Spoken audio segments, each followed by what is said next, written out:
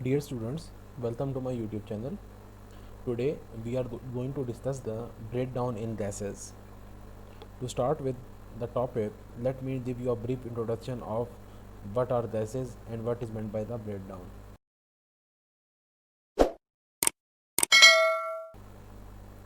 Breakdown actually means that when something loses its dielectric strength or insulation strength and electric current starts flowing through it. This is the condition of electrical breakdown. इसका मतलब है कि आपके पास कोई भी insulation material जो है, ठीक है, उसमें से जब आप इलेक्ट्रिक करंट पास करते हैं तो जब तक उस मटेरियल की इलेक्ट्रिक स्ट्रेंथ विथ स्टैंड रहती है, mean insulation strength withstand रहती है, तब तक तो एज अ डायरेक्ट्रिक एक्ट कर रहा होता है। लेकिन एक मूवमेंट आता है, एक टाइम आता है जब वो मटेरियल अपनी डायलेक्ट्रिक स्ट्रेंथ लूज़ कर देता है। इस पॉइंट को आप ब्रेक डाउन कहते हैं, ठीक है। अब गैसेस क्या होती हैं? Gases is a type of matter. हमने अर्ली क्लासेस में पढ़ा था कि anything which occupy space and have volume is known as matter. Gases basically matter की एक टाइप है और गैसेस जो है आइडियल गैस लॉज जो है उसको ओबे करता है, ठीक है। जिसमें हमने कुछ लॉज अर्ली क्लासेस में पढ़े थे जिसका नाम है pressure is inversely proportional to volume and volume is directly proportional to the temperature. ये बेसिकली दो लॉज हैं, बॉयल्स लॉ और चार्ल्स लॉ। इनकी बेसिस पे हमने आइडियल गैस इक्वेशन जो थी वो ड्राइव की थी, जिसका स्टेटमेंट है P V is equal to N R T. तो आज के इस लेक्चर में हमने basically break down in gases जो हैं उनको स्टडी करना है। तो गैसेस का क्या बिहेवियर होता है, गैसेस किस तरह इंसुलेशन स्ट्रेंथ प्रोवाइड करती हैं इलेक्ट्रिकल सिस्टम में, इंसुलेशन स्ट्रेंथ प्रोवाइड करती हैं और किस तरह वो अपनी इंसुलेशन स्ट्रेंथ लूज़ करती हैं। आज का टॉपिक हमारा ये है। Now the first point is, हम सबको पता है एयर जो है at the atmospheric pressure is the most common gaseous insulation. सबसे पहले तो आपको ये बताता चलूँ तो एटमॉस्फेरिक प्रेशर क्या होता है। एटमॉस्फेरिक प्रेशर को हम बैरोमेट्रिक प्रेशर भी बोलते हैं और एक यूनिट के हिसाब से इसका जो वैल्यू है वो होती है 760 मिलीमीटर ऑफ एच डी और पी में इसकी जो वैल्यू होती है वो 14.69 PSI होती है। अब ब्रेक डाउन जो होता है गैसेज में ऑकर होता है because of the ionization process. Now what is ionization process? It is actually the process of formation of the ions। वो प्रोसेस जिसमें आइंस की फॉर्मेशन होती है उसको आप आयोनाइजेशन बोलते हैं। और गैसेज में बेसिकली जो ब्रेक डाउन का फिनोमेना होता है वो आयोनाइजेशन की ही वजह से होता है। डिफरेंट मेथड से आइंस जो हैं वो फॉर्म होते हैं। वो कौन से मेथड्स हैं ये आगे चलते हम थोड़ा सा डिस्कस करेंगे। अब इलेक्ट्रॉन्स जो होते हैं वो मल्टीपल होते हैं एक्सपोनेंशियल मैनर्स में, ठीक है। एवलॉन्च इफेक्ट होता है 1 से 2, 2 से 4 एंड सो ऑन, जो है ये पैटर्न फॉलो अप होता है। और जैसे जैसे वोल्टेज आप बढ़ाते हैं, ठीक है, between the terminals between the electrodes, आप जैसे वोल्टेज बढ़ाते हैं तो इलेक्ट्रॉन की मल्टीप्लिकेशन होती है और मल्टीप्लिकेशन होते होते टाइम आता है जब वो गैस जो होती है वो बिटवीन द इलेक्ट्रोड्स अपनी डायरेक्टिव स्ट्रेंथ लूज़ कर देती है और एक प्योर कंडक्शन पाथ जो है वो प्रोवाइड होता है बिटवीन द टर्मिनल्स। उस पॉइंट को आप ब्रेक डाउन देते हैं। Now the break down strength जो होती है गैसेस की वो इंक्रीज करती है with the gap between the electrode. जितना ज़्यादा आपने गैप रखा है इलेक्ट्रोड के बीच में, high voltage electrode and low voltage electrode के बीच में आपने जितना ज़्यादा गैप इंक्रीज़ करेंगे उस हिसाब से ब्रेक डाउन की जो वोल्टेज है वो भी इंक्रीज़ करती जाएगी। High pressure gas provides a better medium for the high voltage insulation. Exactly जितनी ज़्यादा वोल्टेज होती है उसके लिए फेवर ये किया जाता है जो आप गैस यूज़ कर रहे हैं वो हाई प्रेशर की गैस हो। गैस का प्रेशर और ब्रेक डाउन वोल्टेज के बीच में क्या रिलेशन है, याद है, चलते हम इसको भी अगले टॉपिक में डिस्कस करेंगे। फिर जो सबसे कॉमन और सबसे जो बेस्ट डाइलेक्ट्रिक स्ट्रेंथ है जिस गैस की वो है हमारे पास सल्फर हेक्साफ्लोराइड SF6 जिसको आप बोलते हैं। इसकी सबसे अच्छी डाइलेक्ट्रिक स्ट्रेंथ होती है, ठीक है। और क्यों इसकी डाइलेक्ट्रिक स्ट्रेंथ अच्छी होती है? Because of the electronegative property और इसकी आर्को इंचन मीडियम प्रॉपर्टीज़ की वजह से इसकी डाइलेक्ट्रिक स्ट्रेंथ जो है वो बहुत अच्छी होती है। अब इलेक्ट्रोनेगेटिव की अगर हम बात करते हैं तो ये बेसिकली प्रॉपर्टी होती है जिसमें इस प्रॉपर्टी को डिफाइन अगर आप करें तो आपको यूँ डिफाइन करेंगे to attract the shared pair of electron, ठीक है। तो शेयर्ड पेयर ऑफ इलेक्ट्रॉन की अट्रैक्शन करने को आप इलेक्ट्रोनेगेटिव प्रॉपर्टी बोलते हैं। और आर्क इंचिन का मतलब होता है कि जब आर्किंग प्रोड्यूस हो at the time of opening of the circle breaker, तो जब आर्क प्रोड्यूस होती है उस आर्क को मिनिमाइज़ करने के लिए जो मीडियम यूज़ होता है उसको आप आर्क इंचिन मीडियम बोलते हैं। और इसके अलावा कुछ और भी हैं हमारे पास गैसेस जो एज अ डाइलेक्ट्रिक यूज़ होती हैं, जिसमें मोस्ट कॉमन जो है नाइट्रोजन है, कार्बन डाइऑक्साइड है, डाईफ्लोरोमीथेन है जिसको आप आम अल्फाज में फ्रियोन भी तो बोलते हैं, ठीक है। ये कुछ कॉमन डाइलेक्ट्रिक गैसेज हैं जो यूज़ होती हैं सिस्टम में। अगर हम वैक्यूम की बात करते हैं तो वैक्यूम जो है वो एक बेस्ट इंसुलेटर है जिसकी फील्ड स्ट्रेंथ जो है मैयर की गई अप टू 10 वोल्ट पर सेंटीमीटर, ठीक है। और वैक्यूम होता क्या है, ये वो मैटर है या ये वो चीज़ है जिसका कोई मैटर ही नहीं होता, ठीक है। मैं vacuum is define as the no matter, और इसका जो प्रेशर होता है वो लेस देन एटमॉस्फेरिक प्रेशर होता है। अब other when the applied voltage is low, other voltages जो हैं वो कम होंगे बिटवीन द टर्मिनल्स, तो स्मॉल अमाउंट ऑफ करंट जो है वो फ्लो करेगा बिटवीन द इलेक्ट्रोड्स, और इंसुलेशन जो है वो अपनी प्रॉपर्टीज़, इलेक्ट्रिकल प्रॉपर्टीज़ को विथस्टैंड करेगी। लेकिन जैसे ही वोल्टेज आप हाई करते हैं तो करंट जो होता है वो फ्लो करना शुरू हो जाता है बिटवीन द इलेक्ट्रोड्स, और आहिस्ता आहिस्ता करंट इतना ज़्यादा इंक्रीज कर जाता है कि उन इलेक्ट्रोड्स के बीच की जो डायलेक्ट्रिक स्ट्रेंथ है, जो गैसेस की डायलेक्ट्रिक स्ट्रेंथ है वो ओवरकम हो जाती है, वो लूज़ होना शुरू हो जाती है, और इस दौरान इलेक्ट्रिक करंट जो है वो between high voltage and low voltage terminal flow करना शुरू हो जाता है। इस पॉइंट को ब्रेक डाउन वोल्टेज या ब्रेक डाउन का फिनोमेना जो है इस पॉइंट पे होता है, ठीक है। जिस वोल्टेज पे ये फिनोमेना होता है उसको आप ब्रेक डाउन वोल्टेज बोलते हैं, और इस पॉइंट को के इलेक्ट्रिक जो इंसुलेशन स्ट्रेंथ है वो लूज़ हो जाए और कंडक्शन स्टार्ट हो जाए, इसको आप ब्रेक डाउन बोलते हैं। तो और वो वोल्टेज जिस पे ये फिनोमेना होता है उसको आप ब्रेक डाउन वोल्टेज बोलते हैं। अब नेक्स्ट हमारे पास है गैस आयोनाइजेशन प्रोसेस। अब वो कौन कौन से प्रोसेसेस हैं जिनकी वजह से आयोनाइजेशन का फिनोमेना होता है, मींस वो कौन से प्रोसेसेस हैं जिसकी वजह से गैस के अंदर आइंस प्रोड्यूस होते हैं। बाय आइन आई मीन नेगेटिव आइन, ठीक है। नेगेटिव आइन कौन से मेथड्स के वजह से प्रोड्यूस होते हैं। सबसे पहला जो है हमारे पास है that is the ionization by simple collisions. ये बड़ा सिंपल सा मेथड है। इसमें क्या होता है, आपके पास जब एक न्यूट्रल गैस मॉलिक्यूल हो, ठीक है, उसकी आयोनाइजेशन एनर्जी होती है, ठीक है। एक न्यूट्रल गैस मॉलिक्यूल की आप आयोनाइजेशन एनर्जी होती है जो कि आप शो करते हैं ई आई से, दैट इज़ आयोनाइजेशन एनर्जी। जब भी एक इनकमिंग इलेक्ट्रॉन जिसकी काइनेटिक एनर्जी 1/2 m u² होती है, ठीक है, जब भी एक मूविंग इलेक्ट्रॉन जिसकी काइनेटिक एनर्जी 1/2 m v² हो, वो हिट करता है एक न्यूट्रल मॉलिक्यूल गैस मॉलिक्यूल को और इनकमिंग इलेक्ट्रॉन की काइनेटिक एनर्जी आयोनाइजेशन एनर्जी से ज़्यादा हो तो उस टाइम पे आयोनाइजेशन जो है वो अकर होती है। अगर आप मैथमेटिकल इक्वेशन को आप देते हैं, इसकी केमिकल इक्वेशन को आप देते हैं, तो आपके पास जो रिजल्टेंट आता है वो तो किस तरह है। एम आपके पास एक न्यूट्रल एटम है, ठीक है, न्यूट्रल गैस मॉलिक्यूल है, इसके साथ एक इलेक्ट्रॉन आते हिट हुआ, इस इलेक्ट्रॉन की काइनेटिक एनर्जी जो थी वो ज़्यादा थी इस न्यूट्रल गैस मॉलिक्यूल के आयोनाइजेशन एनर्जी से, तो उसने क्या किया, उसमें से एक इलेक्ट्रॉन रिलीज़ कर दिया। तो एज अ रिज़ल्ट दो इलेक्ट्रॉन आपके नेट आए, एक ये ही इलेक्ट्रॉन होगा, दूसरा इलेक्ट्रॉन इसमें से निकलेगा, तो इस न्यूट्रल गैस मॉलिक्यूल पे आपके पास पॉजिटिव चार्ज रह जाएगा। Now the second process is the excitation.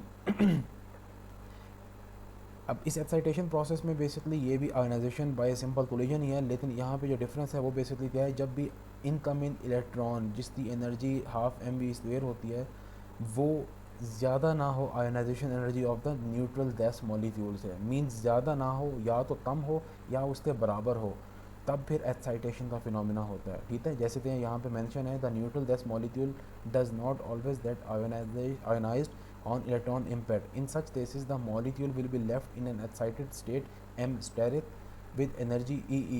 ठीक है, EE means excitation energy and release a photon of frequency V and energy emitted is hv. Here h is the Planck constant है और V जो है वो basically photon है, ठीक है, फोटोन ऑफ फ्रीक्वेंसी, उसकी जो फ्रीक्वेंसी है वो V है।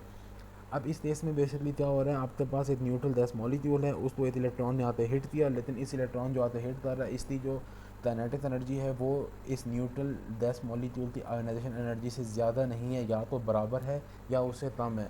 तो इस केस में भी वो एनर्जी जो है अपनी ट्रांसफ़र करेगा, लेकिन जो एनर्जी ट्रांसफ़र कर रहा है वो इतनी नहीं है तो वो उसमें से इलेक्ट्रॉन को रिलीज़ करे, हैंस इस न्यूट्रल मॉलिक्यूल गैस मॉलिक्यूल को वो एक्साइटेड स्टेट में ले जाता है, और साथ में एक इलेक्ट्रॉन जो है जो आते हीट हुए वो आपके पास रह जाता है। अब जब भी ये एक्साइटेड स्टेट वाला जो इलेक्ट्रॉन है, ठीक है, ये मॉलिक्यूल है, वो अपने आप को स्टेबल स्टेट में ले जाने की कोशिश करेगा, और जब भी स्टेबल स्टेट में होता तो आपको ये जो एच वी एनर्जी है ये रिलीज़ कर देता, ये basically energy of the photon है, और अपने आप को स्टेबल करने की कोशिश कर देगा। Next is the photo ionization. Photo ionization students ये वो वाला प्रोसेस है जब आपकी quantum of the energy emitted is greater than the ionization energy of the molecule, या सिंपल अल्फाज में जब एक्साइटेड स्टेट का एक गैस मॉलिक्यूल की एनर्जी आयनाइजेशन एनर्जी से ज़्यादा हो जाए तब उसमें से इलेक्ट्रॉन जो हैं वो रिलीज़ होते हैं। अब बेसिकली ये इस फिनोमेना में जब भी इलेक्ट्रॉन जंप करता है एक लेवल से दूसरे लेवल में, या तो एनर्जी गेन करता है या वो एनर्जी लूज़ करता है। जब इलेक्ट्रॉन एनर्जी गेन करता है तो वो जंप करता है towards the upper excited energy level, और जब वो एनर्जी लूज़ करता है तो वो बेसिकली वो जंप करता है from higher energy level to the lower energy level. तो इसी तरह यहाँ पे जब आपके पास एक न्यूट्रल गैस मॉलिक्यूल है, ठीक है, उसको एक एनर्जी मिलती है बेसिकली, ठीक है, एनर्जी उसको मिल रही है, तो वो क्या होगा, उसमें से एक इलेक्ट्रॉन जो है वो रिलीज़ कर जाएगा और वो अपने आप पे पॉजिटिव चार्ज जो है स्टोर कर लेगा। Next is the electron attachment. Whenever a negative ion gives up electron, extra electron, that's neutral. एक न्यूट्रल एटम है, ठीक है, आपके पास न्यूट्रल आइन है, वो अपने आप को स्टेबल करने की कोशिश करेगा। स्टेबल करने के लिए उसको एक इलेक्ट्रॉन रिलीज़ करना पड़ेगा, हैंस बाय दिस मेथड एक इलेक्ट्रॉन आपके पास रिलीज़ हो जाएगा। पहली जो थ्योरी है ब्रेक डाउन ऑफ गैसेस थी, जिसका नाम है टाउनसेंड फर्स्ट आयनाइजेशन कोएफिशिएंट, तो हम उसको ज़रा स्टडी करते हैं। टाउनसेंड बेसिकली एक साइंटिस्ट था जिसने करंट और वोल्टेज का बिहेवियर जो है वो स्टडी किया था in the presence of electric field. तो इस एनालिसिस के मुताबिक जब भी आपके पास इलेक्ट्रिक फील्ड प्रेजेंस ना हो, मींस इलेक्ट्रोड के बीच में इलेक्ट्रिक फील्ड प्रेजेंस ना हो, तब जो इलेक्ट्रोड्स के बीच में जो आपके पास आइंस और पॉजिटिव आइन मींस इलेक्ट्रॉन्स और पॉजिटिव आइन के बीच में इक्विलिब्रियम जो है वो मेंटेन रहता है। मीन्स जितने नंबर ऑफ इलेक्ट्रॉन्स होंगे उतने ही नंबर ऑफ आपके पास प्रोटॉन्स होंगे। But this condition is only valid when there is equilibrium and when there is no electric field between the plates. लेकिन जैसे ही आप वोल्टेज अप्लाई करते हैं बिटवीन द इलेक्ट्रोड्स, ठीक है, एनोड और कैथोड को आप एक वोल्टेज सोर्स, एक पोटेंशियल सोर्स से आप जोड़ देते हैं, तो अब क्या होगा, अब इसके बीच में से करंट फ्लो करना शुरू हो जाएगा। अब वेरिएशन ऑफ करंट और वोल्टेज जो है इसको अगर आप देते हैं आपको, ये आपका ये ग्राफ बनता है। टाउनसेंड ने जो एनालिसिस दी उसका जो रिजल्टेंट ग्राफ था वो आपके सामने ये बना हुआ है। अब इसमें डिफरेंट रीजन्स डिफाइन है, 1, 2, 3 एंड 4। अब रीजन नंबर 1 में क्या हो रहा है बेसिकली, तो जैसे जैसे वोल्टेज बढ़ रहा है वैसे वैसे करंट बढ़ रहा है। तो रीजन 1 तक जहाँ एंड हो रहा है, ये जो सॉलिड लाइन है ये बेसिकली वो सेचुरेशन पॉइंट को शो कर रहा है, जिसके बाद वोल्टेज के बढ़ाने से करंट जो है वो नहीं बढ़ रहा। एग्जैक्टली ये चीज़ यहाँ पे भी मेंशन है that V and I means voltage and current are proportional when electric field is applied and voltage increases as the current increases till saturation mean जब करंट saturation point पे पहुँच जाता है, I नॉट पे पहुँच जाता है, तब तक वोल्टेज से बढ़ाने से करंट जो है वो डायरेक्टली इंक्रीज़ हो रहा है। And this thing is shown in the region 1 of the figure 3, means ये आपके पास फिगर 3 है और ये इसका रीजन नंबर 1 है। Now we do analysis on the region number 2. Region number 2 states that as you increase the voltage, the current does not increase. ये क्यों होता है ऐसा? बिकॉज इस रीजन में आपके पास जो इलेक्ट्रॉन्स हैं वो एनर्जी गेन कर रहे हैं, वो अपने अंदर एनर्जी जो है वो स्टोर कर रहे हैं, काइनेटिक एनर्जी। एक इलेक्ट्रॉन दूसरे इलेक्ट्रॉन को ड्यूरिंग द कोलिजन्स जो है वो ट्रांसफ़र करता है और एक्साइटेड स्टेट में जो है इलेक्ट्रॉन्स जा रहे होते हैं। इस दौरान जो है वोल्टेज पर यूनिट डिस्टेंस, ठीक है, वोल्टेज पर डिस्टेंस इंक्रीज़ होता है और जिसकी वजह से मल्टीपल नंबर ऑफ़ इलेक्ट्रॉन्स की जनरेशन होती है और वो हाई अमाउंट ऑफ एनर्जी जो है वो स्टोर करते हैं। अब जैसे ही स्टेज नंबर 3 पहुंचती है, ठीक है, ये रीजन नंबर 3 पहुंचता है, इस पॉइंट पे वोल्टेज से बढ़ाने से करंट जो है वो एक्सपोनेंशियली इंक्रीज़ कर रहा है। मीन्स जो इलेक्ट्रॉन्स ने यहाँ पे एनर्जी स्टोर की हुई थी अपने अंदर, अब वो गेन कर रहे हैं एक टर्मिनल से दूसरे टर्मिनल की तरफ मूव करने के लिए through the source of electric field, ठीक है। यही चीज़ यहाँ पे मेंशन है, एट स्टिल हायर वोल्टेज और current increase exponentially and it is shown in the region 3 of the figure 3। अब स्टूडेंट्स ये जो सॉलिड लाइन है, इस सॉलिड लाइन से पहले पहले ये जो लिखा हुआ है नॉन सेल्फ सस्टेन डिस्चार्ज, इसको मैं आपको समझाता चलूँ। इस नॉन सेल्फ सस्टेन का मतलब ये है, अगर यहाँ तक आपने सोर्स ऑफ इलेक्ट्रिक फील्ड, जो सोर्स आपने लगाई है एट द टर्मिनल्स, ठीक है, एट द टर्मिनल्स एनोड और कैथोड का जो आपने सोर्स लगाई है, अगर आप उसको हटा देते हैं तो जो डिस्चार्ज है, ये जो आर्क प्रोड्यूस होगी, जो डिस्चार्ज होगा वो खुद ब खुद ख़त्म हो जाएगा, वो नहीं एग्जिस्ट कर सकता। लेकिन अगर आपने इस रीजन के बाद ये जो फोर्थ रीजन है, इसका मतलब क्या है बेसिकली कि with less very less amount of voltage increase, आप देख सकते हैं करंट जो है वो शूट कर दिया है, करंट जो है वो ड्रास्टिक इंक्रीज हुआ है। जो इलेक्ट्रॉन्स थे उनमें एवालॉन्च मल्टीपल एवालॉन्च इफेक्ट्स प्रोड्यूस हुए हैं, जिनकी वजह से बहुत कम वोल्टेज की वेरिएशन से करंट जो है वो very huge amount of current जो जनरेट हो रहा है। तो इस रीजन को, जो इस सॉलिड लाइन के बाद वाला रीजन है, ये है सेल्फ सस्टेन। इस सेल्फ सस्टेन का मतलब ये है कि अगर इस पॉइंट पे आप वोल्टेज सोर्स हटा भी देते हैं, इलेक्ट्रिक फील्ड आप हटा भी देते हैं फ्रॉम द टर्मिनल्स, तो वो क्या होगा, वो जो आर्थ है वो इतनी उसमें इलेक्ट्रॉन्स की कॉन्सेंट्रेशन होगी तो वो आर्थ जो है कुछ टाइम तक सेल्फ सस्टेन रह सकती है। ठीक है, मीन्स देने का मकसद ये है कि इस सॉलिड लाइन से पहले पहले इलेक्ट्रॉन्स इतने नहीं थे अर्थ सेल्फ सस्टेन हो, लेकिन इस रीजन 4 में इतने इलेक्ट्रॉन्स थे और उसमें इतनी एनर्जी स्टोर थी कि वो एग्जिस्ट कर सकता था for some times even if you remove the voltage source. Hence this region is known as the self sustain. अब जो टाउनसेंड ने जो अपना बिहेवियर जो एनालिसिस थी वो बेसिकली इस सेल्फ सस्टेन डिस्चार्ज पे दिया, तो ये सेल्फ सस्टेन क्यों होता है, किस बेसिस पे होता है। तो इसको जब उसने एनालिसिस दी तो उसको कुछ जो उसके रिजल्ट्स थे वो हम उसको डिस्कस करते हैं जी। तो टाउनसेंड ने अपना फर्स्ट आयोनाइजेशन कोएफिशिएंट अल्फा जो था वो प्रपोज किया, जिसका डेफिनेशन है it is defined as the number of electron produced by an electron per unit length of path in the direction of field. Means आपके पास जो फील्ड है एनोड से कैथोड या कैथोड से एनोड, तो इस फील्ड के अंदर एक इलेक्ट्रॉन मूव करता है from one terminal to another terminal. Let say हम कैथोड से एनोड की तरफ मूव करवाते हैं इस इलेक्ट्रॉन को, तो वो इलेक्ट्रॉन ड्यूरिंग दिस मूवमेंट कितनी एनर्जी ट्रांसफ़र करता है और कितने फर्दर इलेक्ट्रॉन्स को प्रोड्यूस करता है, तो इस चीज़ को आप अल्फ़ा बोलते हैं। अगेन मैं रिपीट कर रहा हूँ, alpha is define as number of electrons produced by an electron. एक इलेक्ट्रॉन से जितने ज़्यादा इलेक्ट्रॉन प्रोड्यूस होंगे उसको आप अल्फ़ा बोलते हैं, लेकिन this condition is only valid in the presence of electric field and in the direction of electric field. अब लेट सपोज हमारे पास ये कैपेसिटर की प्लेट्स हैं, ठीक है, ये एनोड है ये कैथोड है, इन दोनों के दरमियान जो सेपरेशन है वो डी से डिफाइन है, ठीक है। अब एक इलेक्ट्रॉन है उसने यहाँ से कैथोड से मूव हुआ है और कैथोड से डिस्टेंस एच तक वो पहुँच जाता है, ठीक है। तो डिस्टेंस एच तक पहुँचने तक उसने जितने नंबर ऑफ इलेक्ट्रॉन प्रोड्यूस किए होंगे हम उसकी एनालिसिस करते हैं कितने इलेक्ट्रॉन्स उसने प्रोड्यूस किए। लेट से हमारे पास कैथोड पे जो नंबर ऑफ इलेक्ट्रॉन्स थे वो एन नॉट थे, ठीक हो गया। Means H is equal to 0 पे नंबर ऑफ इलेक्ट्रॉन जो थे वो एन नॉट है। तो जब हमने एनालिसिस करेंगे तो हमने छोटा सा रीजन लेते हैं हम डी एच रीजन।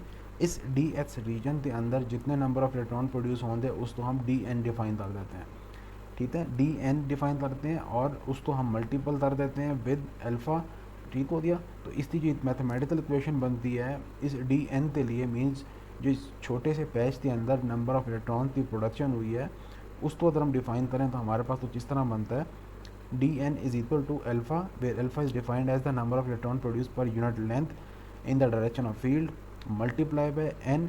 एन क्या चीज़ है, आपके पास टोटल नंबर ऑफ इलेक्ट्रॉन्स हैं, और जो हमारे पास डी एच है वो एक छोटा सा डिस्टेंस है जो हमने यहाँ पे कंसिडर किया।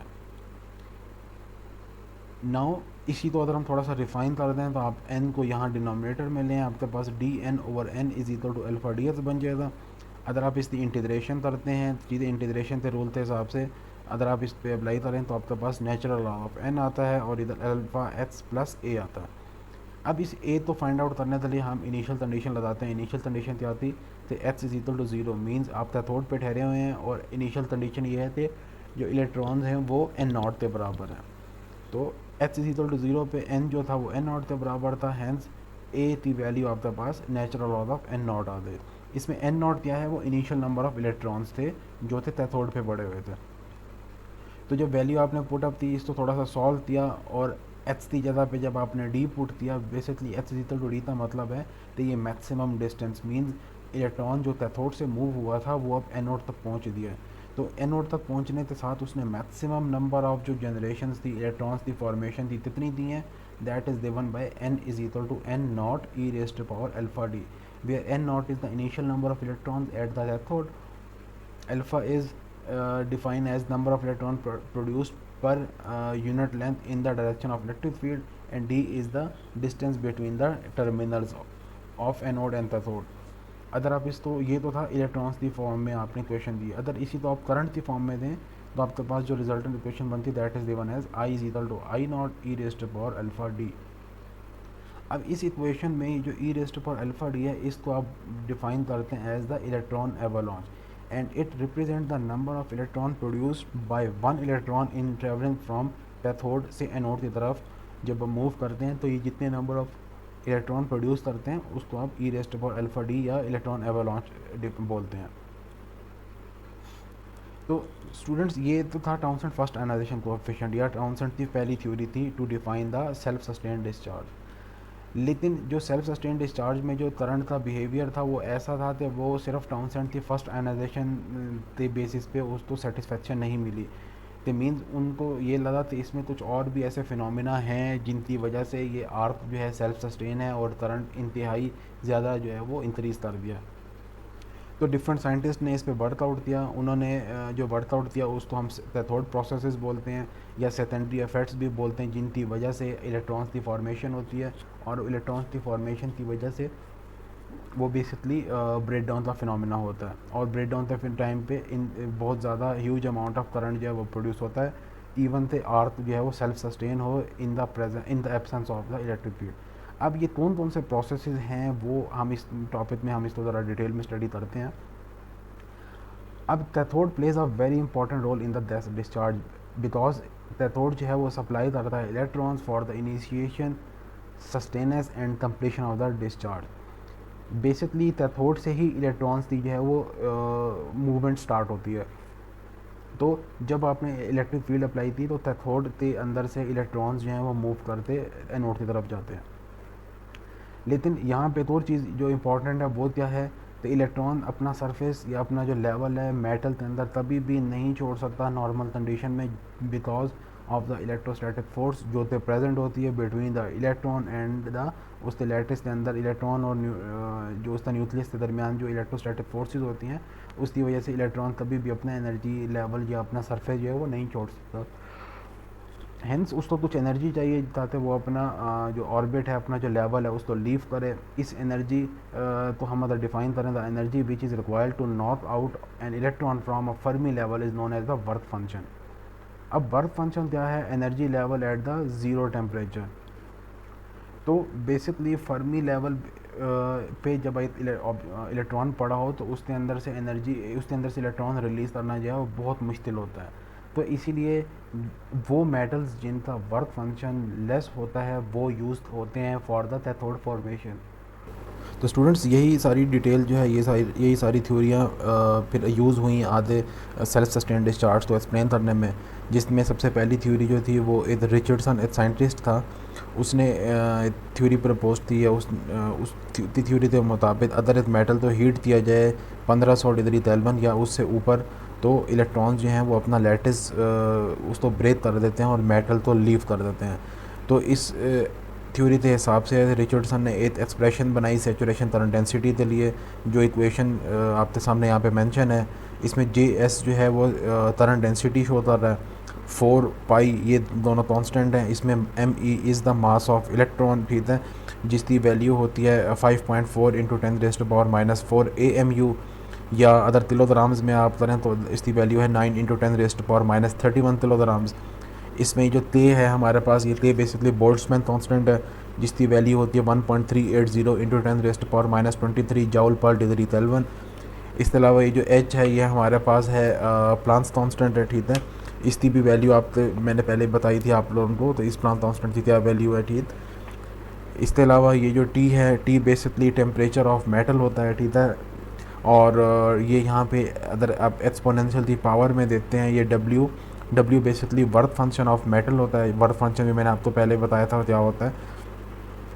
और इसके अलावा अल्फ़ा जो है हमारे पास फर्स्ट आयोनाइजेशन कोएफिशिएंट है, ठीक है, Townsend first ionization coefficient divided by T. ते is again the Boltzmann constant and T is the temperature of metal, ठीक है। और अब इसमें अगर आप देते हैं तो 4 पाई एम ई ते और ये जो एच ट्यूब है ये सारे कांस्टेंट्स हैं। तो हम इन सब कांस्टेंट को उठाते एक और कांस्टेंट से बराबर कर देते हैं, तो बजाय इससे आप इन सारी वैल्यूज़ को लेते इक्वेशन सॉल्व करें, तो हम इस इक्वेशन को एक और कांस्टेंट से बराबर कर देते हैं और वो कांस्टेंट को हम नाम दे देते हैं ए का, ठीक है। तो इस ए की वैल्यू मतलब ए की वैल्यू आप फाइंड कर सकते हैं इन सब कांस्टेंट्स को सॉल्व करने से। तो अगर आप इन सब को सॉल्व करें तो आपके पास जो ए की वैल्यू आती है वो आती है 120 इंटू 10⁻⁴। तो बेसिकली ये ए की वैल्यू है, ठीक है, 120 इंटू 10⁻⁴। अब अगर आप जे एस की इक्वेशन फाइनल इक्वेशन देते हैं तो वो इक्वेशन बनती है J S is equal to A into T square E raise to power minus W over K T. अब इसमें ए के अंदर ये सारे पैरामीटर्स आ गए, ठीक है। T is temperature of metal, ठीक है, और W is the work function, के टी बेसिकली बोल्ट्जमैन कांस्टेंट है और साथ में जो टेम्परेचर ऑफ मेटल है। तो इस इक्वेशन की एनालिसिस अगर आप करें तो आपका जो इस नतीजे पे पहुंचते हैं कि the saturation current density increase करती है with the increase in the work function and increase in the temperature.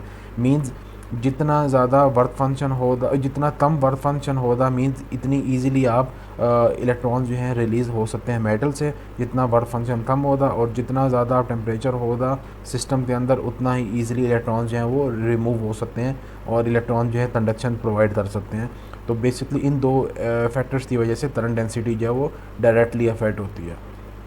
तो ये तो था रिचर्डसन ने ये बिहेवियर स्टडी किया था, ठीक है, और जिसमें उसकी एनालिसिस थी थे कि करंट डेंसिटी जो है वो इंक्रीज़ होती है जैसे ही आप वर्क फंक्शन तो डिक्रीज़ करें, क्योंकि जैसे ही वर्क फंक्शन डिक्रीज़ होगा करंट इलेक्ट्रॉन जो हैं वो easily with less amount of energy अपने ऑर्बिट से रिलीज़ हो सकते हैं।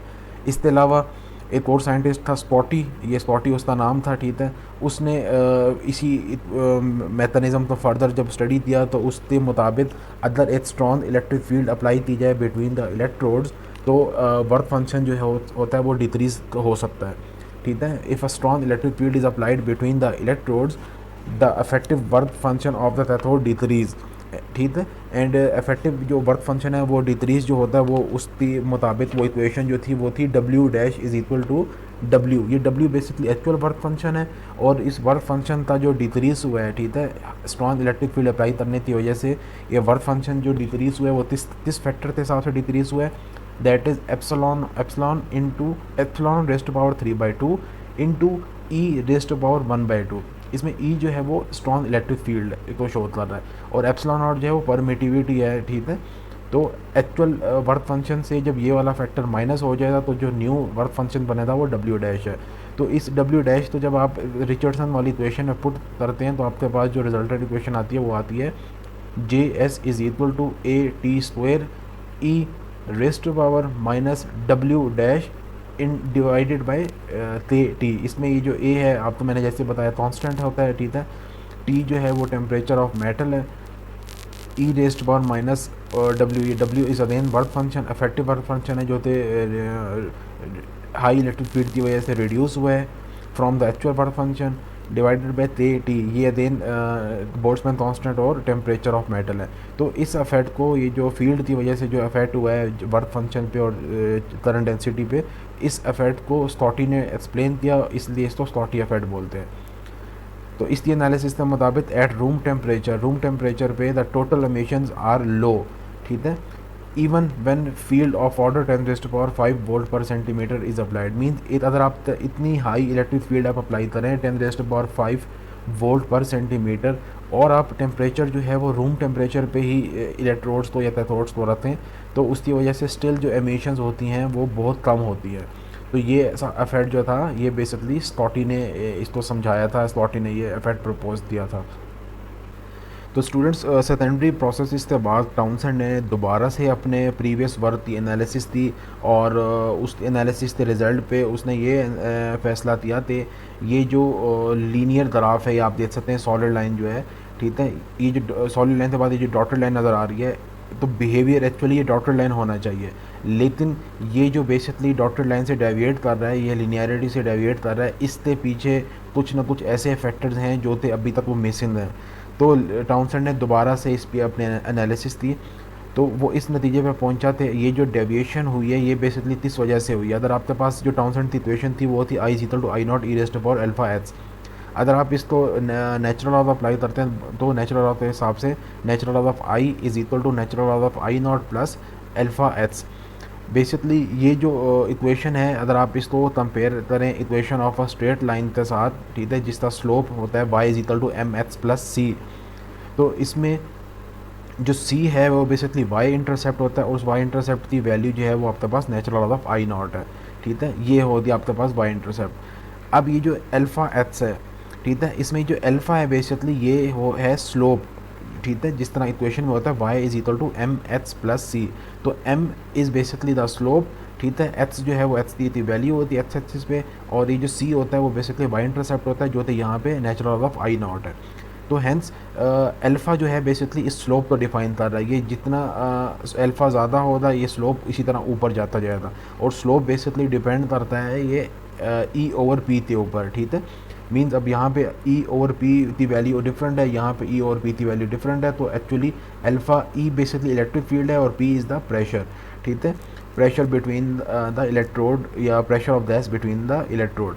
तो अल्फ़ा की वैल्यू ई ओवर पी पे डिपेंड करती है, और ये जो डेविएशन हुई है लीनियरिटी से जो डेविएशन हुई है इसका बिहेवियर स्टडी किया दोबारा से टाउनसेंड ने, और वो इस रिजल्ट पर पहुंच जाते सिर्फ electric field through the source is not responsible to generate the huge amount of electrons which are responsible for the self sustain discharge. तो उसकी एनालिसिस के मुताबिक there is some additional current which is due to the presence of positive ions and the photons. The positive ion will release electron by collision with the gas molecule, जिस तरह मैंने आपको start में बताया था ionization processes में, तो जो हर इलेक्ट्रॉन के अगेंस्ट पॉजिटिव आइन जनरेट होता है, ठीक है, तो पॉजिटिव आइन जो है वो रिलीज़ करेगा एक फर्दर इलेक्ट्रॉन जब भी वो कोलाइड करेगा गैस मॉलिक्यूल के साथ, एंड जब भी आप उसको बम्बार करेंगे अगेंस्ट द कैथोड, मीन जब पॉजिटिव आइन आते हिट करेगा कैथोड पे तो एनर्जी ट्रांसफ़र करेगा, एनर्जी ट्रांसफ़र की वजह से कैथोड से वो इलेक्ट्रॉन्स जो हैं वो रिलीज़ करेगा। तो एक तो मेथड हो दिया इलेक्ट्रॉन्स फॉर्मेशन का बाय पॉजिटिव आइन। अगेन एक और मेथड की वजह से जो इलेक्ट्रॉन्स जनरेट हो रहे थे वो क्या थे, the photons will also release electron when it will collide with the gas molecule and from the cathode after photon impact। तो फोटॉन्स जो थे वो भी इलेक्ट्रॉन को रिलीज़ करने में मदद कर रहे थे जिस तरह पॉजिटिव आइन जो थे वो इलेक्ट्रॉन को रिलीज़ कर रहे थे।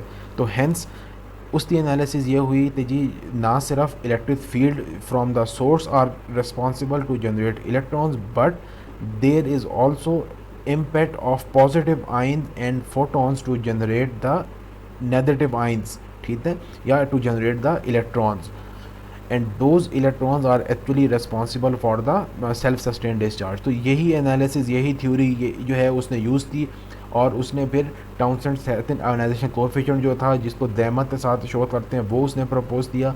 अब ये क्या है कैसे हुआ मैं आपको इस टॉपिक में अभी हम इसको देखते हैं। Townsend's second ionization coefficient. Now consider the current growth equation with the secondary mechanism also present, means ना सिर्फ इलेक्ट्रिक फील्ड की वजह से इलेक्ट्रॉन्स फॉर्मेट जनरेट हो रहे हैं बल्कि जो सेकेंडरी प्रोसेसेस थे उनकी मदद से भी इलेक्ट्रॉन्स जो हैं वो जनरेट हो रहे हैं। तो let n not be the number of electron which are release from the cathode by ultra violet radiation, mean जो टेम्परेचर की वजह से अल्ट्रा वायलेट रेडिएशन की वजह से जो इलेक्ट्रॉन्स जनरेट हो रहे हैं तो वो n नॉट से आप उसको शो कर रहे हैं।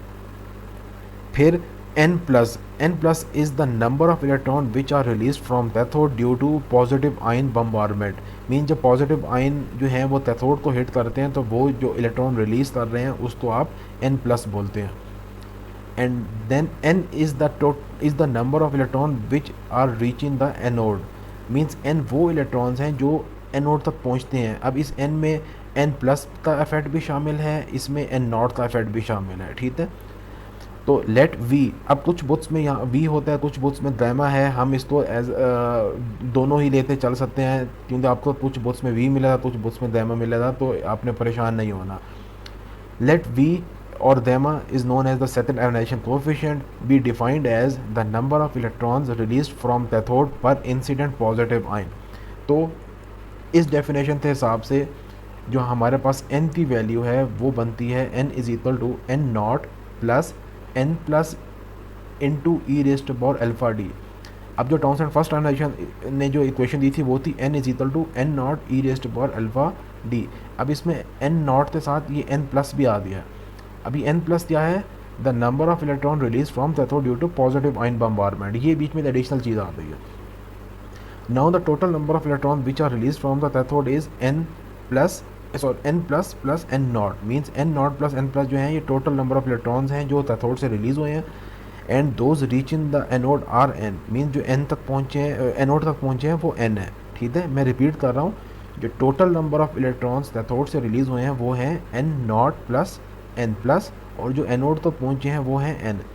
तो इसकी वजह से the total number of electron जो गैस के अंदर रिलीज हुए हैं वो बेसिकली इन दोनों का डिफरेंस होगा. ठीक है, जो एनोड तक पहुँचे हैं और जो कैथोड से रिलीज हुए हैं इनका जो डिफरेंस है वो बेसिकली वो हैं जो थे गैस के अंदर रिलीज हुए हैं. ठीक है, तो हैंस वो क्या होंगे N minus N not plus N plus, and corresponding to each electron which is release from the gas there will be one positive ion, and each positive ion will release V effective electrons, means ये V जो है वो second ionization coefficient है. तो कहने का मकसद ये है कि ये जो डिफरेंस है, ठीक है, एन माइनस ये जो फैक्टर का डिफरेंस है ये वो हैं जो थे गैस के अंदर इलेक्ट्रॉन तो रिलीज़ करेंगे और हर इलेक्ट्रॉन का रिलीज़ फर्दर एक पॉजिटिव आइन जो है वो रिलीज़ करेगा, और उसके हिसाब से ये जो इक्वेशन बनती है वो ये बनती है n plus is equal to v which is second ionization coefficient into n minus n not plus n plus. ठीक है, अभी n माइनस ये वाला जो फैक्टर है ये बेसिकली इसका रिजल्टेंट क्या होगा, these are basically the electrons which are release from the gas. ठीक है, इसको जब आप v से मल्टीप्लाई करेंगे तो वो आपके पास टोटल नंबर ऑफ इलेक्ट्रॉन्स बन जाएगा. ठीक हो गया, और जो फर्दर फिर इलेक्ट्रॉन्स को जनरेट करते हैं ये जिस तरह यहाँ पे मेंशन है, there will be one positive ion and assuming each positive ion release V effective electrons. तो ये जो वी इफेक्टिव इलेक्ट्रॉन्स हैं वो कैसे आएंगे, इस वी को आप जब मल्टीप्लाई करेंगे इस फैक्टर के साथ तो आपके पास ये नेट रिजल्ट आ जाएगा. इस इक्वेशन को अगर आप सॉल्व करते हैं, ठीक है, तो आपके पास n प्लस की वैल्यू जो है वो ये आती है. अब इस n प्लस की वैल्यू आपने दोबारा से इस वाली इक्वेशन में आप पुट अप करेंगे, ये जो है n is equal to N not plus N plus, इस n प्लस में आप इस वाली वैल्यू तो पुट अप करें क्योंकि हमने रिजल्टेंट जो इक्वेशन है हमने इस n के अगेंस्ट फाइंड आउट करनी है. ये n क्या है, ये वो इलेक्ट्रॉन्स हैं जो एनोड तक पहुँचे हैं कैथोड से. तो जब आपने ये इक्वेशन पुट अप की, n प्लस की वैल्यू पुट अप की, तो अब आपके पास कुछ इस तरह की इक्वेशन आते हैं. इसको अगर आप LCM ले थोड़ा सा सॉल्व करें तो आपके पास रिजल्टेंट इक्वेशन जो है वो कुछ इस तरह की बनती है. और इसको मज़ीद सॉल्व करने से आपके पास इक्वेशन जो बनती है वो है n is equal to N not plus V into N divided by one plus V into E raised by alpha D. तो मज़ीद सिंप्लीफाई आप करेंगे, ठीक है, क्रॉस मल्टीप्लिकेशन होगी, तो सिंप्लीफाई करने के बाद आपके पास जो रिजल्टेंट इक्वेशन बनती है वो है n is equal to N not E raised by alpha d divided by one minus v into E raised by alpha d minus one, या आप इसको इस तरह भी लिख सकते हैं. ये दोनों इक्वेशन जो हैं वो उनका एक ही मतलब है. तो ये बेसिकली इक्वेशन है which is use to explain the Townsend second ionization coefficient. ठीक है, इसमें अगर आप एक चीज़ देख सकते हैं तो जो न्यूमिनेटर है, ठीक है, जो न्यूमिनेटर है ये equation is same as that of the Townsend first ionization coefficient. इसका जो चेंज आया है वो बेसिकली डिनोमिनेटर में आया है, और डिनोमिनेटर में जो चेंज है वो बेसिकली इस टाउनसेंड सेकंड आयोनाइजेशन कोएफिशिएंट की वजह से चेंज आया. अब हम इसी इक्वेशन को फर्दर एनालिसिस करते हैं जी. अब अगर हम इसको इन टर्म ऑफ करंट लिखते हैं, ठीक है, यही तो था in terms of electrons, n यहाँ पे एन था, लेकिन अगर हम इसको इन टर्म्स ऑफ करंट लिखते हैं तो हमारे पास जो इक्वेशन बनती है वो बनती है I is equal to I not E raised power alpha d divided by one minus v, v is the second ionization coefficient into e raised power alpha d minus one. Now the value of v depends upon the work function of the material. Exactly ये है वो secondary processes हैं जो study किए थे Townsend और Richardson और Scottie ने. ठीक है, the value of v depend upon the work function of material. If the work function of cathode is low then more emissions will be produce. यही चीज़ बताई गई थी कि वर्क फंक्शन जो है वो डायरेक्ट उसका इम्पैक्ट होता है इलेक्ट्रॉन्स की रिलीज़ करने में. and the value of V is relatively small at low E over P and will increase with the increase in E over P. ठीक है, तो जितना इलेक्ट्रिक फील्ड और प्रेशर के रेशो में चेंज आएगा उस हिसाब से जो सेकंड आयोनाइजेशन कोएफिशिएंट है उसकी वैल्यू जो है वो भी चेंज होगी. अच्छा, अब ये टाउनसेंड सेकंड आयोनाइजेशन कोएफिशिएंट वाली इक्वेशन जो थी इसको यूज़ करते उसने टाउनसेंड ने ब्रेक डाउन मैकेनिज्म जो है उसको समझाया तो उसको समझाने के लिए उसने ये देखा थे ये जो करंट है, ठीक है, ये करंट ये मैक्सिमम तब हो सकता है, मीन्स ये जो मैक्सिमम है जो वो करंट जब आर्क जो थी सेल्फ सस्टेन थी, तो ये मैक्सिमम करंट किस कंडीशन में हो सकता है। तो इस इक्वेशन को जब उसने स्टडी किया तो उसको जिस नतीजे पे पहुंचा तो वो ये है कि अगर आप इस डिनोमिनेटर को, ये जो डिनोमिनेटर है इसको आप अगर ज़ीरो कर देते हैं तो ये जो करंट है वो इन्फिनिटी पे पहुंच जाता है, ठीक है। तो इसको ज़ीरो करने की वजह से जो आपके पास रिजल्टेंट आया है वो आपके पास ये है। इसको हम ज़रा देखते हैं यहाँ क्या कह रहा है, when the denominator of circuit current expression becomes zero and the current I will becomes infinity, ठीक है। मीन्स ये जो मैक्सिमम करंट है ये तब अचीव होगा जब डिनोमिनेटर जो है वो इक्वल टू ज़ीरो हो जाएगा। तो इसको ज़ीरो करने के लिए हमने यहाँ पे अपनी कैलकुलेशंस थी, 1 minus b into E raised alpha d minus 1 is equal to zero, हमने इसको ज़ीरो पे सेट कर दिया, थोड़ा सा सिंप्लीफाई किया तो हमारे पास रिजल्टेंट इक्वेशन जो है वो तो जिस तरह I e raised alpha D is greater than 1। अब ये बेसिकली जो कंडीशन है e raised alpha D greater than 1, this condition is known as the Townsend criteria for the spark break down. Means ये वो कंडीशन है जिस पे arc जो थी सेल्फ सस्टेन होती। मीन्स जब ई रेस्ट अल्फ़ा डी, ठीक है, मीन्स एवलांच इफेक्ट जो मैंने आपको स्टार्ट में बताया था टाउनसेंड फर्स्ट एनालाइजेशन कोएफिशिएंट वाले फैक्टर में, तो e raised alpha D is avalanche effect, जब वो ग्रेटर दैन 1 होगा तो उस टाइम पे टाउनसेंड क्राइटेरिया ऑफ स्पार्क जो है वो सेटिस्फाई हो जाएगा। नाउ अदर ये वाला जो फैक्टर है v into E raised by alpha D, अब यहाँ पे v आप देते हैं इसकी वैल्यू बेसिकली 1 से बहुत लेस होती है, ठीक है। अब यहाँ पे आप देते हैं v into E raised by alpha d is approximately equal to 1।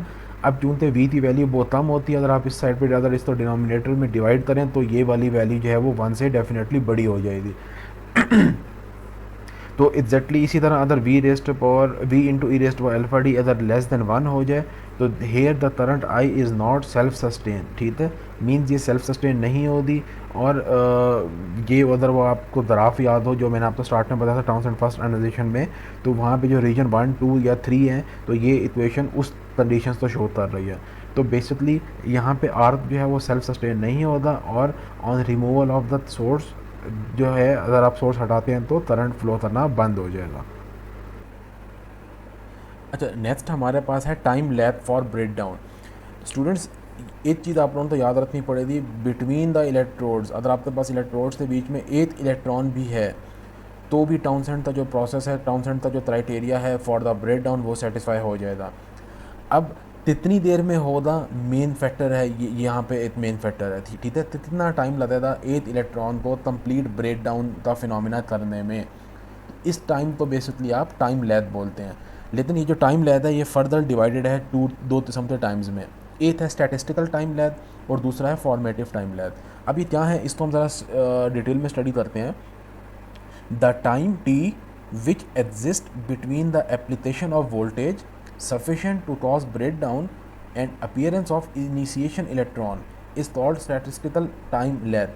Means आपने वोल्टेज अप्लाई किया और वोल्टेज अप्लाई करने के बाद इलेक्ट्रॉन जो हैं वो एनोड कैथोड से एनोड की तरफ मूव करना शुरू हो गए और मूव करते हुए उन्होंने मल्टीपल इलेक्ट्रॉन जो हैं वो जनरेट करना शुरू कर दिए, ठीक है। तो इस प्रोसेस को बेसिकली स्टैटिस्टिकल टाइम लैग बोलते हैं। अच्छा, नेक्स्ट जो है हमारे पास फॉर्मेटिव टाइम लैग। अब इलेक्ट्रॉन चूंकि यहाँ पे जनरेट होना शुरू हो गए थे स्टैटिस्टिकल टाइम लैग में, अब इलेक्ट्रॉन्स की जनरेशन से लेकर ब्रेक डाउन के फिनोमिना तक ये जो टाइम है इसको बोलते हैं फॉर्मेटिव टाइम लैग। और यही चीज़ यहाँ पे डिफाइन की गई है, after the appearance of electrons, means electrons format होना जनरेट होना शुरू हो गए हैं, a time T is required for the ionization process to develop fully and to cause the breakdown in the gap, and this time is known as the formative time lag, ठीक है। Simple अल्फाज में आपने voltage apply की, voltage apply करने के बाद इतना टाइम आपको मिला तो उसमें इलेक्ट्रॉन्स जो हैं वो जनरेट होना शुरू हो गए हैं और एनोड से कैथोड की तरफ मूव करना शुरू हो गए हैं और उन्होंने आपस में कोलिजन करते एनर्जी जो है ट्रांसफ़र करना शुरू कर दिया है। तो इस टाइम को स्टैटिस्टिकल टाइम लैग बोलते हैं। और जब इलेक्ट्रॉन्स एनर्जी मूव करना स्टार्ट कर दिया है, ट्रांसफ़र करना शुरू कर दिया है, कोलिजन शुरू कर दिए हैं इलेक्ट्रॉन्स ने, उस टाइम से लेते complete break down means complete spark की फॉर्मेशन तक ये जो टाइम है इसको आप फॉर्मेटिव टाइम लैग बोलते हैं। अब जो टोटल टाइम लैग है वो बेसिकली इन दोनों टाइम्स का सम है, ठीक है। The time difference between application of voltage which is sufficient to cause break down and the occurrence of breakdown itself. This time difference is known as the time lag, and time lag is denoted by capital T, and capital T is equal to TS, means statistical time lag, plus TT, formative time lag. Next we have streamer mechanism of spark. Students, जिस तरह भी मैंने आपको previous topic में बताया कि ये electrons की इतनी ज़्यादा कंसंट्रेशन होती है between the terminals, between the anode and cathode, तो वो खुद सेल्फ सस्टेन का फिनोमेना जो है वो मेंटेन कर सकते हैं, खुद सेल्फ सस्टेन आर को प्रोड्यूस कर सकते हैं. तो इतना ह्यूज अमाउंट ऑफ जो इलेक्ट्रॉन्स हैं उनकी वजह से एक स्टैटिक फील्ड जो है वो जनरेट होती है बिटवीन द इलेक्ट्रोड्स. इस स्टैटिक फील्ड को एक्सप्लेन करने के लिए रैदर एक साइंटिस्ट था, यहाँ पे मेंशन भी है, रैदर एक साइंटिस्ट था, उसने इस मैकेनिज़्म, इस बिहेवियर को है स्टडी किया. अब जैसे कि आप यहाँ पे ये देख सकते हैं, ठीक है, ये जो पॉजिटिव आयन और ये नेगेटिव आयन है, ये बेसिकली इलेक्ट्रिक फील्ड या जो सोर्स है उसको शो कर रहे हैं. और ये जो बेसिकली एक पॉजिटिव और नेगेटिव ये शो किया दिया, ये वो फील्ड है जो इलेक्ट्रॉन्स की वजह से स्टैटिक फील्ड जनरेट हुई है बिटवीन द टर्मिनल्स या बिटवीन द इलेक्ट्रोड्स. ठीक है. अब रादर ने क्या ऑब्जर्व किया कि other charge concentration higher than 10⁻⁶ हो जाए बट 10⁻⁸ से कम हो, the growth of avalanche is weak. Means other electrons या इलेक्ट्रॉन्स जो फॉर्मेट हुए हैं, जो जनरेट हुए हैं between the terminals of electric field source, ठीक है, अगर इनके दरमियान ये जो इलेक्ट्रॉन्स की फॉर्मेशन है, चार्ज की जो फॉर्मेशन है, अगर वो 10⁻⁶ से ज़्यादा हो जाए और 10⁻⁸ से कम हो, तो जो एवलांच का इफेक्ट है वो वीक होता है. तो दूसरे अल्फाज में dN/dx is less than e⁻⁴ तो जब ये कंडीशन होगी तो एवलांच इफेक्ट जो है वो वीक रहेगा. लेकिन whenever the concentration exceeds 10⁻⁸, means जो इलेक्ट्रॉन्स की कंसंट्रेशन है 10⁻⁸ से ज़्यादा हो जाएगी, the avalanche current is followed by a steep rise in the current and hence the break down of the gap take place. Means 10⁻⁸ से जब कंसंट्रेशन ज़्यादा होगी तो एवलांच इफेक्ट कंसिडरेबल होगा और उसकी वजह से ब्रेक डाउन जो है वो होगी. तो इसी कंसंट्रेशन जो थी 10⁻⁸, इसी तो एक्सप्लेन करने के लिए उसने शो किया कि ER is the radial field due to the space charge and E0 is the external applied field. ठीक है. तो यहाँ पे आप देख सकते हैं ये दो किस्म की फील्ड आपके सामने शो हैं. ठीक है. एक ये पॉजिटिव आयन और नेगेटिव आयन वाली फील्ड है जो कि सोर्स प्रोवाइड कर रही है. ठीक है. इसको आपने E0 के साथ शो कर दिया और ER is the radial field due to space charge. Other if the charge carrier number exceeds 10⁻⁶, ठीक है, अदर चार्ज कैरियर जो थे इस फील्ड के बीच में हैं, ठीक है, ये जो यहाँ पे जो चार्ज कैरियर हैं अगर ये 10⁻⁶ से ज़्यादा हो जाएं तो field distortion become noticeable. Means ये जो दो किस्म की फील्ड हैं ER और E0, इनके बीच में डिस्टॉर्शन शुरू हो जाती है. और डिस्टॉर्शन कब होती है? जब चार्ज कॉन्सेंट्रेशन 10⁻⁶ तक पहुँच जाए या इससे एक्सीड कर जाए. और other if the distortion of field is 1%, it will lead to the doubling of the avalanche. Means अगर 1% भी डिस्टॉर्शन हो जाए तो एवलांच का इफेक्ट जो है वो डबल हो जाता है. और अदर चार्ज कैरियर एक्सीड कर जाए 10⁻⁸ से, तो स्टूडेंट्स याद रखते हैं कि दोनों फील्ड्स मीन जो स्टैटिक चार्जेस की वजह से जो फील्ड जनरेट हुई है और जो एक्सटर्नल अप्लाइड फील्ड है, ये दोनों फील्ड्स यहाँ आपस में बराबर हो जाती हैं. ER is equal to E0 and it leads to the initiation of stream. Mean धार की शक्ल में इलेक्ट्रॉन्स जो हैं एक विजिबल पैटर्न में, एक विजिबल स्ट्रीम के अंदर इलेक्ट्रॉन्स मूव करना शुरू हो जाते हैं from the one electrode to another electrode and this is actually the point where the breakdowns occur. और जब ये दोनों फील्ड्स बराबर हो जाती हैं इस टाइम पे सेल्फ सस्टेन डिस्चार्ज होता है. और इस टाइम पे अगर आप एक्सटर्नल इलेक्ट्रिक फील्ड हटा भी दें तो इंटरनली इतनी ज़्यादा चार्ज कॉन्सेंट्रेशन होती है तो थोड़ी देर तक आर्क जो है वो सेल्फ सस्टेन रह सकती है. The avalanche transform to the stream when charge carrier reaches a critical value of 10⁸. If the gap length d is less than h, the initiation of stream is difficult. Means अगर d जो है वो h से less हो तो initiation of stream जो है वो डिफ़िकल्ट होगी. ठीक है. ये कंडीशन है, बड़ी इंपॉर्टेंट कंडीशन है अगर d लेस दैन h हो. अब रेदर जो थे साइंटिस्ट था जिसने ये सारा बिहेवियर स्टडी किया एक्सटर्नल इलेक्ट्रिक फील्ड और internal electric field due to the charge concentration, उसने स्टडी किया तो उसने एम्पेरिकल रिलेशन जनरेट किया to explain the streamer spark mechanism, ठीक है। उसके हिसाब से जो इक्वेशन थी वो थी alpha into h c. Alpha is the Townsend first ionization coefficient, इसमें एच जो है वो बेसिकली डिस्टेंस है जो कैथोड से है टुवर्ड्स एनोड, ठीक है, is equal to 17.7 plus natural log of h c plus natural log e r divided by e not. Now avalanche transform to stream when e r is equal to e not, then ये वाला जो factor है basically e r e not से cancel हो जाता है, natural log of 1 जो होता है वो 0 के बराबर होता है, तो आपके पास रिजल्टेंट इक्वेशन जो है वो कुछ इस तरह आ जाएगी। Now h c is equal to d. अब हम ये सपोज करते हैं कि जो हमारे पास एच डिस्टेंस है वो डी के बराबर है, मींस जो एनोड से कैथोड के पास जो मैक्सिमम डिस्टेंस है वो डी है और इलेक्ट्रॉन जो है कैथोड से एनोड तक पहुंच चुका है, ठीक है, मैक्सिमम उसने डिस्टेंस कवर कर लिया है। तो फिर एच को हम डी से रिप्लेस कर देते हैं, ठीक है। तो उस केस में जो इक्वेशन बनती है वो आपके पास बनती है alpha into d is equal to 17.7 plus natural log of d. अब एक और साइंटिस्ट था उसका नाम था मीत, ठीक है। मीत ने क्या सजेस्ट किया कि एवलांच से स्ट्रीम की जो ट्रांजिशन है वो तब ऑकर होती है जब दोनों फील्ड्स आपस में बराबर हो जाए। तो जब दोनों फील्ड्स बराबर हो दें तो आप इंटरनल जो जनरेटेड फील्ड है ई आर उसको आप किस तरह कैलकुलेट कर सकते हैं, उस मीत ने ये प्रपोजल जो है वो सजेस्ट किया। तो मीत के हिसाब से, मीत की थ्योरी या मीत की जो एजम्पशंस थी, कैलकुलेशंस थी, उसके हिसाब से जो उसने फार्मूला प्रपोज किया वो कुछ इस तरह था, e r is equal to 5.3 into 10 raised power -7 alpha into e exponential raised power alpha h divided by h over p raised power 1/2। अब इसमें 5.3 ये तो कांस्टेंट वैल्यू आ गई, alpha Townsend first ionization coefficient, इधर alpha again first ionization coefficient, H is the distance which is covered by electron from cathode से anode की तरफ, और H is equal to D हो जाएगा जब मैक्सिमम डिस्टेंस होगा। इसी तरह again H is return here. अब यहाँ पे जो पी है वो बेसिकली प्रेशर को शो कर रहा है।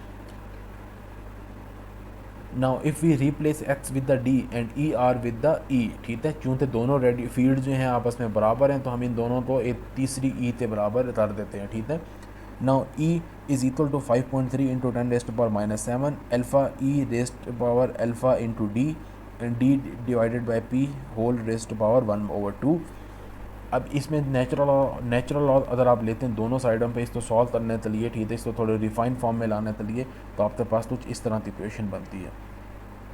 इसमें आपने क्या करना, नेचुरल लॉ इस इक्वेशन में आप नेचुरल लॉग ऑफ पी जो है आप दोनों साइडों पे सबट्रैक्ट कर दें तो आपके पास ये इक्वेशन बनती है। ये बेसिकली एक एम्पिरिकल फार्मूला जनरेट किया था to find the value of electric field which is generated inside the electrodes due to the charge carriers, ठीक है। अब इसकी वैल्यू आप हिट एंड ट्रायल मेथड्स के साथ आप hit and trial different values experimental conditions में आपको प्रेशर भी पता होगा, ई भी पता होगा, ठीक है, और डिस्टेंस बिटवीन द इलेक्ट्रोड्स हैं वो भी पता होगा, तो आपने बेसिकली अल्फ़ा की वैल्यू आप उस मदद से हिट एंड ट्रायल मेथड से ले सकते हैं। आप जब तक इक्वेशन दोनों साइडों पे सेटिस्फाई नहीं होती आप डिफरेंट वैल्यूज़ हैं इसमें पुट अप कर सकते हैं। पास्टन लॉ ने बेसिकली ये जो प्रीवियस एजम्पशंस थी, प्रीवियस जो थ्योरियाँ जो थी, उन्हीं की बेसिस पे पास्टन ने इसको फर्दर कंटिन्यू किया, ठीक है। पास्टन ने बेसिकली बताया था बिहेवियर ऑफ ब्रेकडाउन वोल्टेज का बिहेवियर समझाया था, keeping pressure and distance between the electrodes in mind, ठीक है। तो प्रेशर ऑफ गैस और डिस्टेंस बिटवीन द इलेक्ट्रोड्स था ब्रेकडाउन वोल्टेज पे क्या बिहेवियर है, ये पास्टन लॉ ने बताया था। अब हमारे पास हमने पहले जो इक्वेशन पढ़ी थी the Townsend criteria for breakdown, जो हमने पहले पढ़ा था वो थी ये इक्वेशन, ठीक है। नेक्स्ट हमारे पास है breakdown voltage of that depend upon the value of alpha over p and them second ionization coefficient correspond to the value of e over p. ये फॉर दोनों जो हैं अल्फा ओवर पी और ई ओवर पी, ये basically इस equation से आए हैं, ई ओवर पी और अल्फा ओवर पी। अच्छा, तो इस इक्वेशन से हमारे पास ये ई ओवर पी और अल्फ़ा ओवर पी आता है। अब हमने क्या करना है, हमारे पास ये जो इक्वेशन जनरेट हुई है, ठीक है, alpha over p is equal to the function of e over p, ठीक है। इस इक्वेशन में जिस तरह मैंने आपको बताया था ई ओवर पी जो है वो बेसिकली फंक्शन है इस अल्फ़ा ओवर पी का, या alpha over p is the function of e over P, क्योंकि हमने इन दो रेशोज़ की वैल्यू को बैलेंस करना है टू सॉल्व दिस इक्वेशन। तो इस एजम्पशन की बेसिस पे हमने जो इक्वेशन जनरेट थी वो क्या है, the alpha over p is the function of e over p.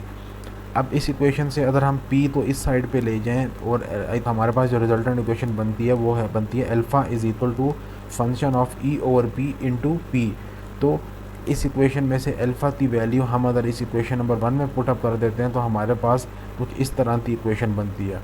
ये इक्वेशन का राइट हैंड साइड कैसे आया था, अगर आप इसको यहाँ पे मल्टीप्लाई करें, ठीक है, तो v e raised by alpha d minus v is equal to 1, minus v तो उस साइड पे आप ले जाएंगे 1 प्लस वी हो जाएगा, और फिर वी तो आप डिवाइड करेंगे तो दोनों साइडों पे आपके पास तो ये इक्वेशन बनेगी, ठीक है, राइट हैंड साइड पे।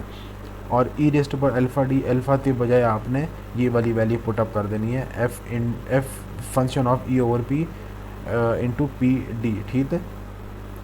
अच्छा, अब इस इक्वेशन का अगर दोनों साइडों पे आप नेचुरल लॉग लेते हैं तो आपके पास कुछ इस तरह की इक्वेशन आती है। एक्सपोनेंशियल ख़त्म करने के लिए आप नेचुरल लॉग लेते हैं, ठीक है, तो आपके पास कुछ इस तरह की इक्वेशन बनती है।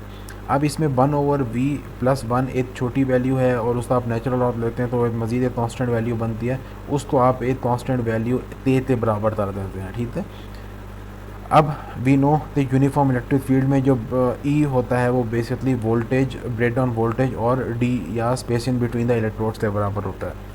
तो ई की बजाय आपने v b over d put up कर देना है इस इक्वेशन में, तो हमारे पास जो नेक्स्ट इक्वेशन बनती है वो है f function of v b break down voltage divided by p into d into p d is equal to ते, ठीक है।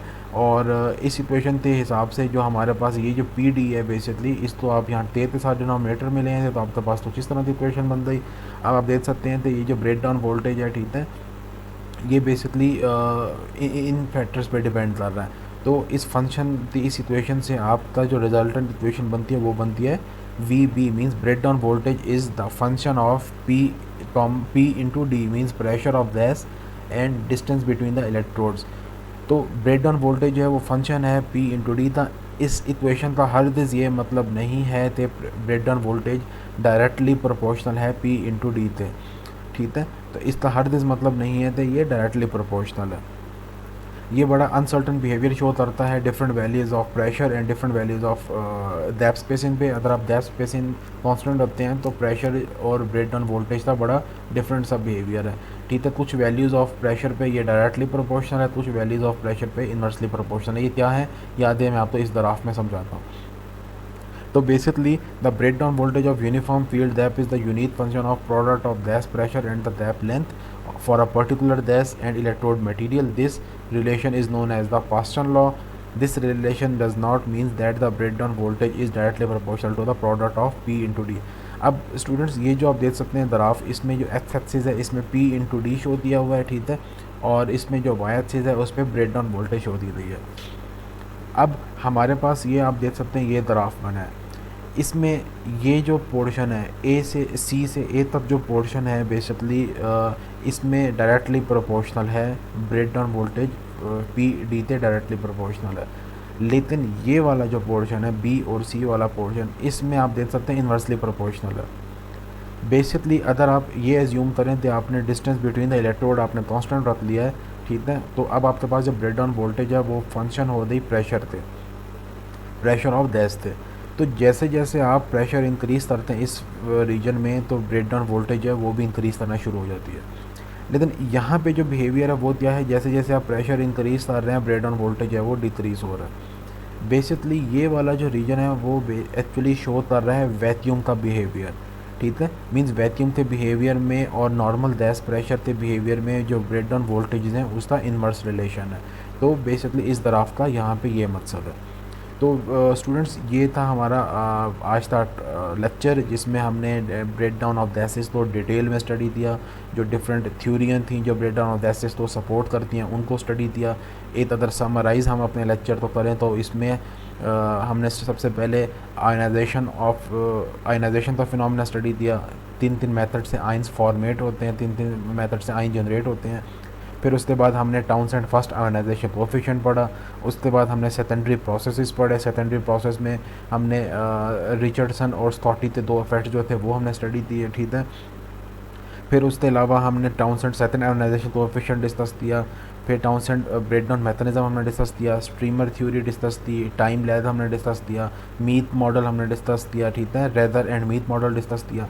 और इन द एंड हमने पास्टन लॉ जो है वो डिस्कस किया। तो ये सारे जो बिहेवियर्स थे, ये सारे जो थ्योरियाँ थी, वो सब एक्सप्लेन करती हैं ब्रेकडाउन ऑफ गैसेस को। इसके अलावा break down of gases in the non uniform electric field या corona effect in the gases जो है वो मेरे को लेक्चर में मैंने डिटेल एक्सप्लेन किया हुआ है, जिसका टाइटल है mechanical design of over head transmission line, जिसका लिंक डिस्क्रिप्शन में मौजूद है। वहाँ से भी इस टॉपिक को डिटेल स्टडी कर सकते हैं। मैं उम्मीद करता हूँ मेरा आज का लेक्चर आप लोगों के लिए बड़ा इन्फॉर्मेटिव होता और आज का लेक्चर आपको सही तरह समझ आ गया होता। अगर स्टिल आप लोगों का कोई क्वेश्चन है तो आप मुझसे कमेंट सेक्शन में पूछें। वीडियो पे अपना फीडबैक ज़रूर दें। अगली वीडियो तो अल्लाह हाफिज़, जज़ाकल्लाह।